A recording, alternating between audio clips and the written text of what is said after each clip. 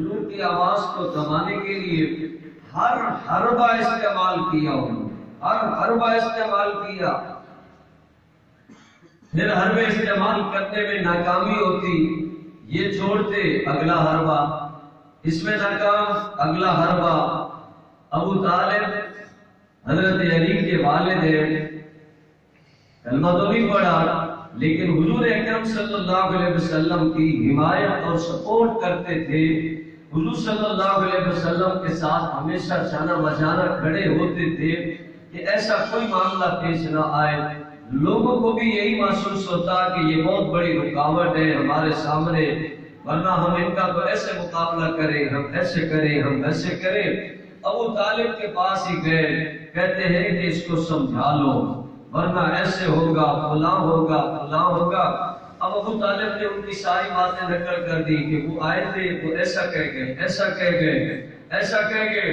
اللہ کے محبوب نبی صلی اللہ علیہ وسلم نے فرمایا یہ جو مرضی کرے یہ دعوت نہیں روک سکتی، میں لوگوں کو کلمہ پڑھاؤں گا، سناؤں گا، میں اللہ کا رسول ہوں. اللہ رب العزت کے نظام کو جاری رکھا جائے گا، کائنات کی کوئی بھی طاقت اس کو روک نہیں سکتی.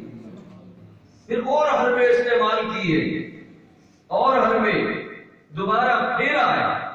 ابو طالب کو پھر کہا آپ کو ہم نے کہا تھا، آپ نے تو ابھی تک کچھ نہیں کیا، آپ نے کیا کیا ہے؟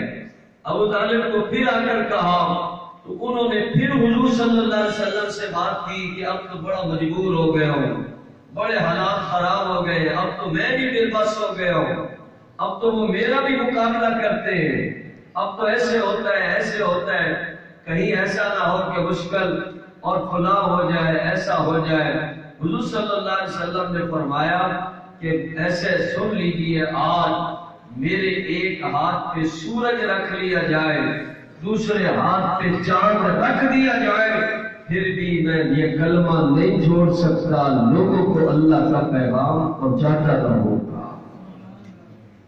ایسی محنت سے اللہ کے رسول صلی اللہ علیہ وسلم نے دین کا نظام چلایا.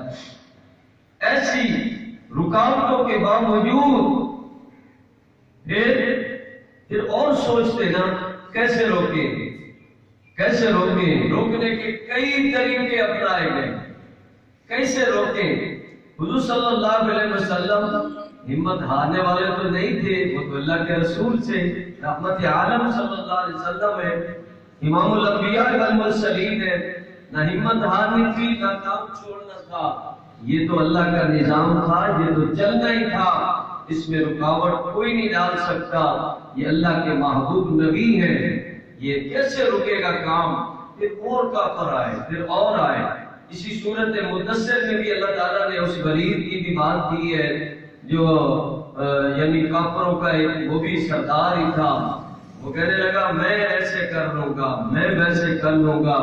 اللہ فرماتے اب یہ معاملہ میرے رسول آپ کا نہیں، اب اس کو جواب میں دوں گا، بس آپ اپنا کام کرتے رہے، آپ تبلیغ کرتے رہے، آپ بیان کرتے رہے، اس کو جواب میں دوں گا. تو اللہ تعالیٰ نے فرمایا